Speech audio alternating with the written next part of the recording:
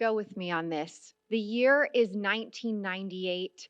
I'm on a 3-hour bus ride to St. Augustine.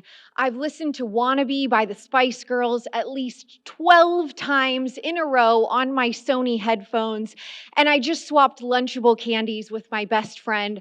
I wanted her Nerds. She wanted my mini Hershey's. We were on a field trip and life was good.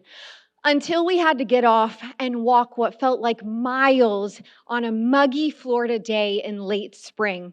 When we got to the fort, I reached out my small, sweaty hand and touched the textured wall beside me. Jagged and varied, I stopped and noticed the concrete was all around me, on the steps beneath my feet, on the walls, but that it wasn't concrete. I squinted my eyes.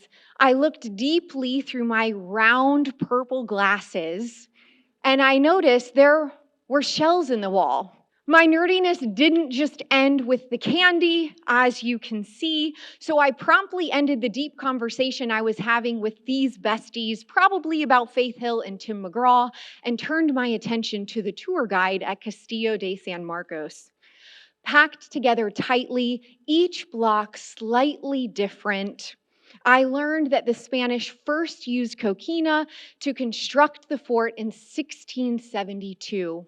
Castillo de San Marcos was the first ever masonry fort constructed in the United States. After changing hands to the British, the United States, the Confederacy even for a hot minute, even after cannon fire, siege, countless hurricanes, and hundreds of years later, with preservation and restoration efforts, the fort made of seashells still stands.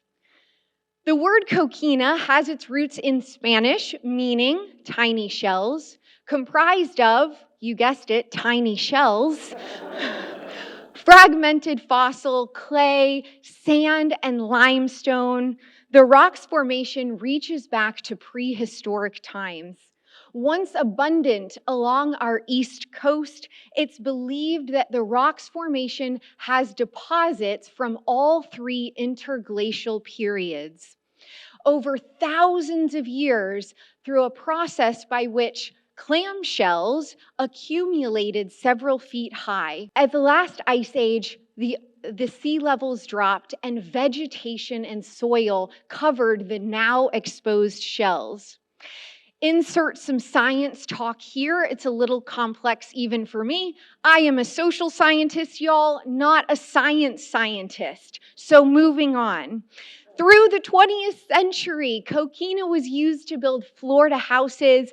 It was used for foundations, porches, chimneys, to create an architectural style that was really unique to the place that we live.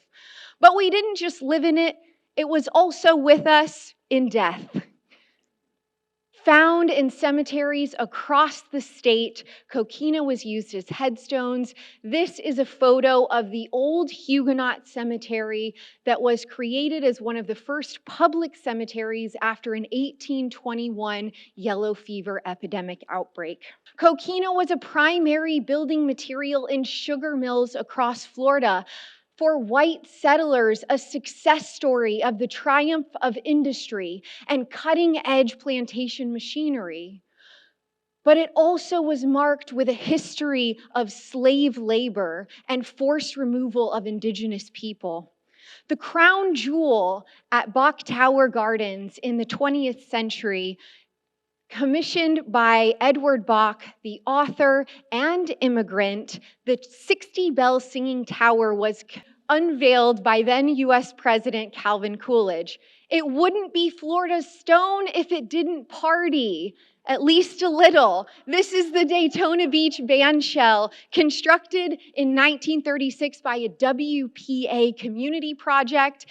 It's hosted former President Bill Clinton, but more important to Floridians, it was the home of MTV Spring Break.